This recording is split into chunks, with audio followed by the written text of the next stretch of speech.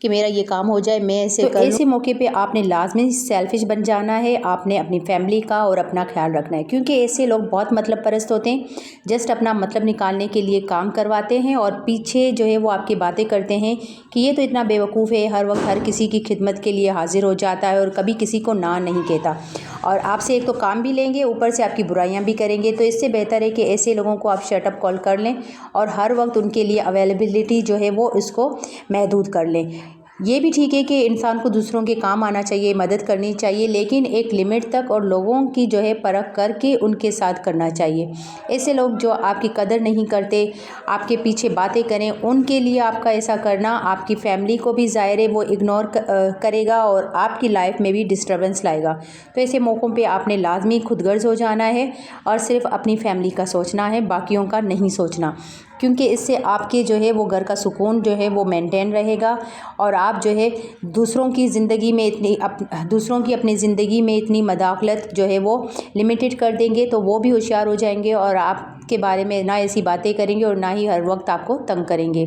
بلکہ آپ ان کو آزما کے بھی دیکھ لیں، جب آپ کو ضرورت ہوگی وہ آپ کے کام نہیں آئیں گے، بلکہ جب ان کو کام پڑے گا تبھی وہ آپ کے پاس آئیں گے۔ ایسے بہت سے ہماری فیملی میں، ہمارے ارد گرد ایسے بہت سارے لوگ ہوتے ہیں جو اس طریقے کا بیہیویئر اپناتے ہیں، تو ایسے لوگوں سے ہمیشہ دور رہنا چاہیے اور ان کو ان کی لمٹ میں ہی رکھنا چاہیے تاکہ آپ کی زندگی جو ہے وہ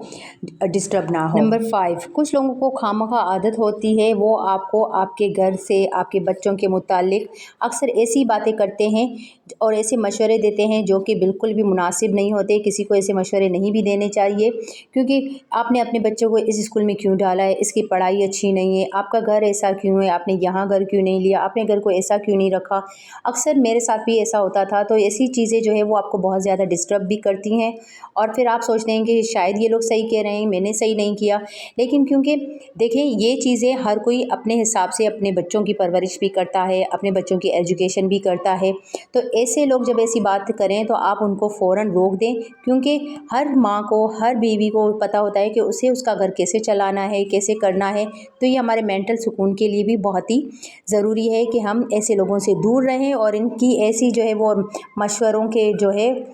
خاطر میں نہ لائیں، کیونکہ ہر کوئی اپنے بچوں کی جو ہے ایجوکیشن، اپنے گھر کا نظام جو ہے وہ اپنے بجٹ کے اکارڈنگ کرتا ہے۔ بچوں کی تعلیم، ان کا کیریئر ایک لانگ ٹرم پلاننگ ہوتی ہے۔ ہم کسی کی دیکھا دیکھی یہ نہیں کر سکتے کہ کسی نے اپنے بچے کو کسی اسکول میں ڈالا ہے تو ہم بھی وہاں ڈال دیں، اگر کسی نے ایسا کر لیا ہے تو ہم بھی لے لیں۔ ظاہر ہے جتنی آپ کی چادر ہوگی اتنے ہی آپ پاؤں پھیلائیں گے۔ تو دوسروں کی دیکھا دیکھی، اپنے گھر کا سکون برباد کرنا یا ایسی باتیں سن کے اپنے گھر کے ماحول کو خراب کرنا، تو ایسے لوگوں سے بہتر ہے کہ آپ ان کو شٹ اپ کال کریں اور ان کی ایسی باتوں کو بالکل اگنور کر دیں، یا بلکہ ان کو موقع ہی نہ دیں کہ وہ آپ سے ایسی باتیں کریں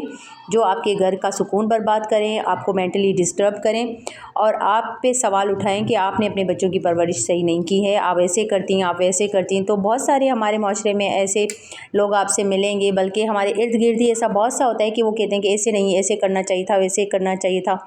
تو ہر گھر کا نظام الگ ہوتا ہے، ہر ماں سوچتی ہے کہ میرے بچوں کو کیسے کرنا ہے، کیا کرنا ہے۔ نمبر 6 پوائنٹ ہے کہ اکثر جو ہے وہ خواتین جو ہے فون پہ بہت زیادہ گپ شپ کرتی ہیں۔ اگر آپ خود اپنے کام سے فارغ ہو گئیں تو پھر اپنی دوست کو یا اپنی کزن وغیرہ کو فون ملا لیں گی اور اس کے ساتھ گپ شپ میں لگی رہیں گی۔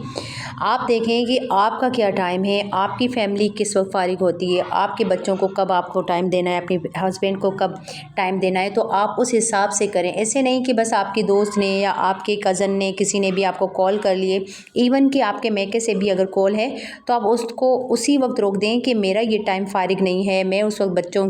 بچوں کے ساتھ لگی رہتی ہوں، یا میرے بچے جو ہے وہ اس وقت پڑھ کے آتے ہیں تو میں ان کو کھانا وغیرہ دیتی ہوں، یا میرے ہسبینڈ جو ہے وہ اس وقت ڈیوٹی سے فری ہوتے ہیں اور آفس سے آتے ہیں تو ان کو مجھے ٹائم دینا ہے۔ تو یہ آپ خود سیٹ کریں گے، کیونکہ اگلے بندے کو نہیں پتہ کہ وہ آپ کی کیا روٹین ہے، اس کو ڈسٹرب کر رہا ہے۔ آپ مروت کے مارے 1-2 دن چلیں، آپ نے کر لیا، لیکن اس سے آپ کا جو ہے وہ گھر کا نظام بھی ڈسٹرب ہوگا اور آپ کی فیملی لائف بھی ڈسٹرب ہوگی اور گھر میں اس سے جھگڑے بھی ہوں گے۔ تو اس سے بہتر ہے کہ آپ جو یہ گوشت سپ وغیرہ جو ہم خواتین کی عادت ہوتی ہے وہ کرتی ہیں، تو ایک ٹائم سیٹ کر لیں کہ کس ٹائم پہ آپ کو کرنا ہے، اور اپنی فیملی کے حساب سے یہ ٹائم سیٹ کریں کہ مجھے کیا کرنا ہے اور اپنے بچوں کو کیسے ٹائم دینا ہے اور کس طریقے سے اپنی فیملی کے ساتھ ٹائم اسپینڈ کرنا ہے۔ تو اس بات میں آپ لازمی خود غرض ہو جائیں اور اگلے بندے کو روک دیں کہ یہ میرا فیملی ٹائم ہے، میں اس طریقے سے گوسپ وغیرہ نہیں کر سکتی۔ کیونکہ ہر گھر کا الگ نظام ہوتا ہے، کوئی کس وقت فارغ ہوتا ہے، کوئی کس وقت۔ آئی ہوپ کہ یہ ساری جو ٹپس ہیں آپ کو اچھی لگی ہوں گی۔ اگر اچھی لگی ہیں تو لائک کریں، شیئر کریں اور میرے چینل کو ضرور سبسکرائب کریں۔ ملتے ہیں اس طریقے کی اور نئی ویڈیوز کے ساتھ اور نئے دیگر ٹاپکس کے ساتھ۔ تب تک کے لیے اللہ حافظ، اور دعا میں ضرور یاد رکھیے گا۔ اوکے، اللہ حافظ۔